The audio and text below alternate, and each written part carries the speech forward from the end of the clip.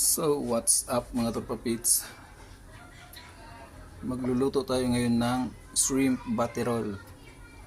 Yun, frozen yung ating shrimp, kaya binabad ko sa tubig. Yun. Ayun, babalatan natin to. Tatanggalin yung ulo, tapos babalatan. So, ayan. Tanggalin muna natin yung tubig niya.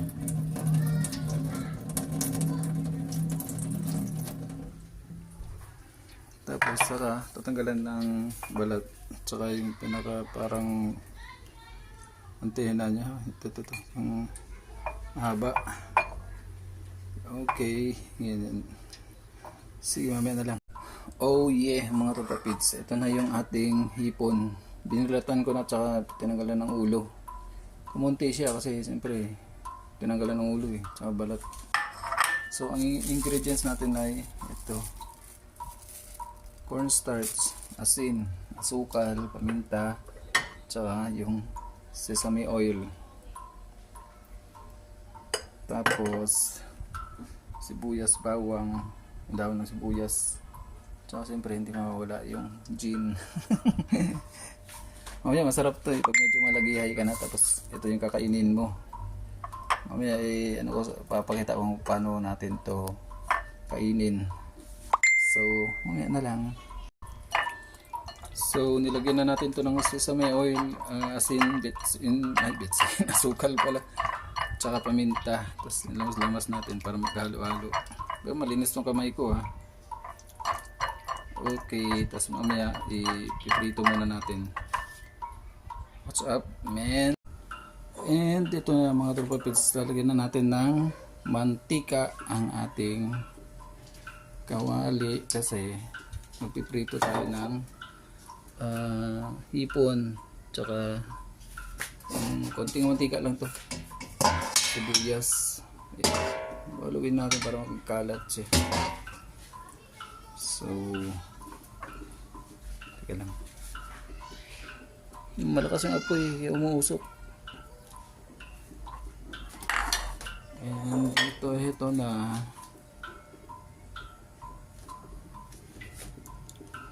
ang ating hipon.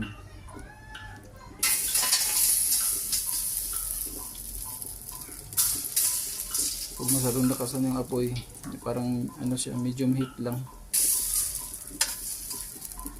Yan.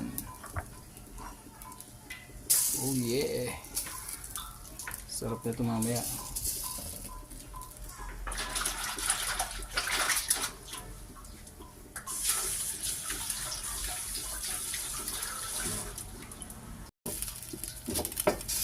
Oh yeah mga Torpapids, sunod natin yung dahon ng sibuyas.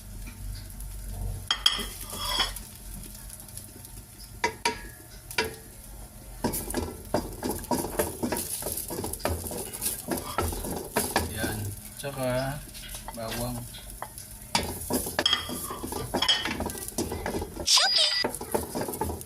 Wala pa ng kawali natin. Yun, tuwin natin lang sa medium heat lang para hindi masunog. Dahan-dahan. Ano naman akit baba ka na naman dyan, ha? Ha? Ano naman mga binabalak mo? Galit na naman dahil binibidyohan, ha? Mowgli? Ha? Galit na naman si Mowgli dahil binibidyohan. O sige na, mamaya na lang. Kain ka rin ito, bawal sa ito bawal sa aso ang hipon. Okay, nakatika na nga Mowgli, bawal sa aso ang hipon. Okay, mamaya na lang mga Torpapids. Oh yeah mga Torpapids, lalagyan na natin yung ating shrimp na ginisa, saka yung sibuyas. Ayan, kumukulo na Ayan,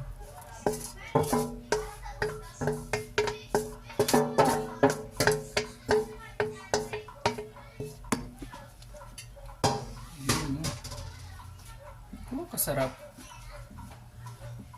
Yan, malapot na siya. Tapos papatakan natin ng konting sesame oil. Kag. Hindi pa sobra. Tapos lalagyan natin ng itlog.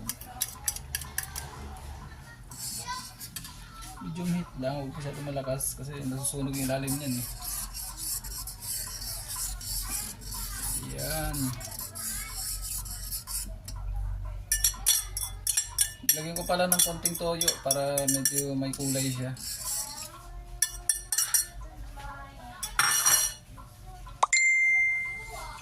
Yun. Kaya tinawag na batirol dahil binabati natin ng wooden sandok. Yun o, kasarap eh. Ay siya. Yan. Tapos lagyan na natin yung daon ng sibuyas. Dati lang kasi lalagyan natin ito mamaya sa kanin. Mamaya na. Oh yeah, luto na ang ating shrimp baterol mga tropa pits. Ching! Teka, sinigang pala to. Inatira kaninang tanghali. Bukas na lang yan. Pwede naman initin yan bukas eh. Kaya doon muna tayo. Luto na. Charan! Usok-usok pa oh. Ayan, mga tropa pits, kasarap nito.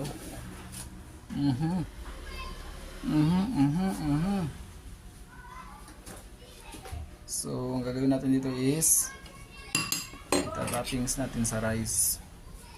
Ito pa tumulo.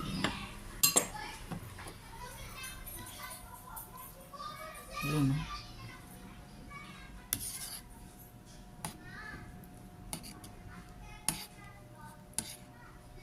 Oh yeah.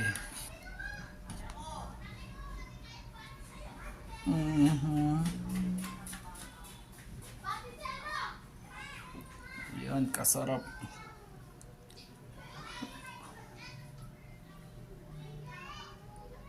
Amoy na amoy yung lasa ng shrimp. So yun mga tropa pits. Tikman na natin. Teka. Makapusa sarap pa. Okay na nga. Patikim. Wow, yummy. Oh.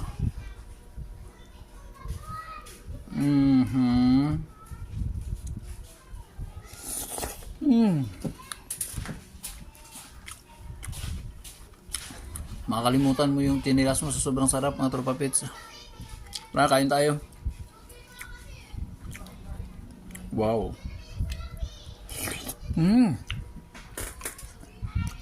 Panalo.